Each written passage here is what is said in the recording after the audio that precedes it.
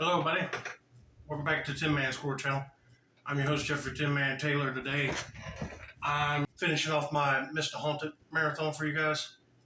And this was titled, I Had a Horrifying Experience on eBay, a true eBay horror story. So, without further ado, I'm going to turn these lights off, move the camera up here for you guys, and let's get this reaction on the road in the bag, shall we? Okay, here we go. Hey spookers, Mr. Haunted here. This is like a bonus video for you guys. I wanted to surprise you. And this story, no joke, actually happened to one of my cousins. And he actually had to go through this, and it's pretty creepy, so I decided to narrate it on my channel, and he said it was alright. So enjoy the story. Oh, wow. Sometimes family members don't want to share their scary stories like on any internet forums, but if his cousin gave him the okay, that's awesome. But anyway, let's get into the story.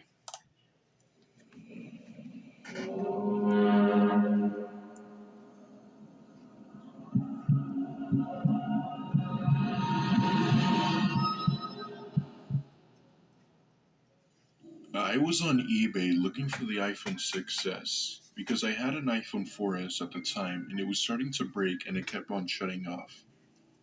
eBay did have the iPhone 6s, but the prices were way too high and I was looking for one that was no more than $300. I then came across one. It was in good condition and it didn't have a single crack on the screen. Even though it had been used, it was still a good price, which was only $150.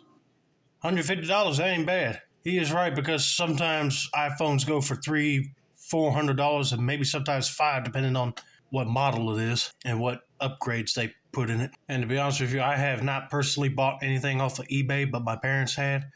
But we always bought from like trusted sellers. Like if my dad was looking for a part for a car, he'd be looking for like genuine parts companies on eBay. But anyway, let's continue. I thought I had lucked out. The seller had left their email in the description, and so I emailed them. The person emailed me back in about 30 minutes, telling me how the phone was absolutely in perfect condition and that it only had been used when taking it out of the box, and that it was free shipping as well. Something seemed very wrong. Why would someone sell an expensive iPhone for $150 when normally it would be around $600? He then started to ask what state and city I lived in, and for whatever reason, I told him, and he apparently lived in the exact same city. Alarms start going off in my head, telling me that buying this was a bad idea, but stupid me ignores the warnings in my head. Oh, you should not ignore the warning signs, dude. If somebody said, oh, they live in the same city or state that you're in, they might be telling the truth, or they might drive or fly to that city just to look for you and stalk you, probably. I would rather just hit add to cart on eBay instead of doing all the messaging back and forth with the seller, because that's how you get scammed right there. He said that we could meet up somewhere instead of me buying it online and that he would take down the item. I asked him where would we meet up, and he said Wendy's and gave me the street it was on. But he said he could only do it after he got off from work, which was around 9.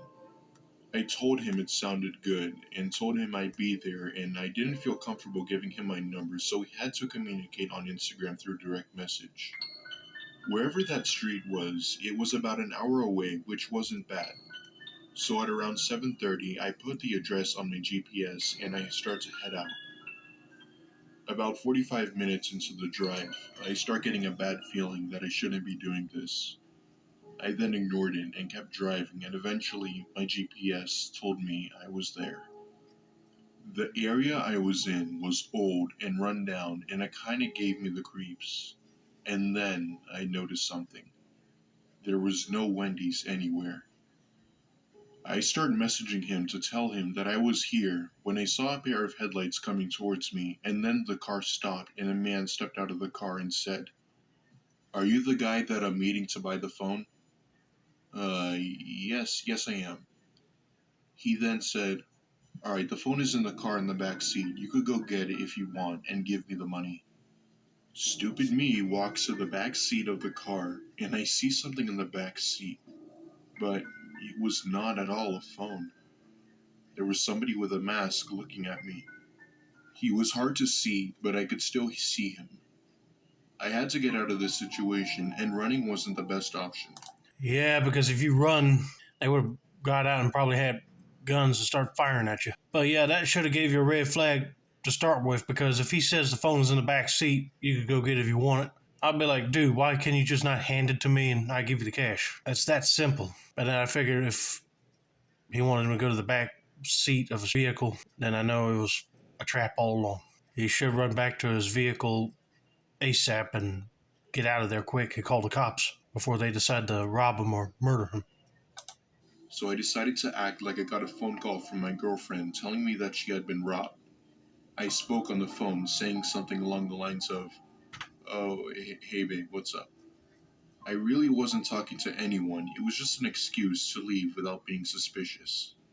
I then said, "Oh, what, you got robbed? I'm coming immediately." I politely excused myself and got in my car and sped off. You may have thought that it ended there, but unfortunately, it didn't. Later that night, at around 12, I was getting ready to go to bed when I heard my phone ring. I saw that it was an unknown number, so I didn't pick up, thinking that it was a scam call or something. The next morning, I got a notification on Instagram. It was that guy. The message said, "Why didn't you pick up the phone?" At first, I didn't know what he was talking about, but then it hit me. He was talking about the phone call from yesterday. I blocked him, and I don't know how the hell he got my phone number. I don't know what his intentions were, but whatever he was planning on doing, he definitely was not selling any type of phone to me.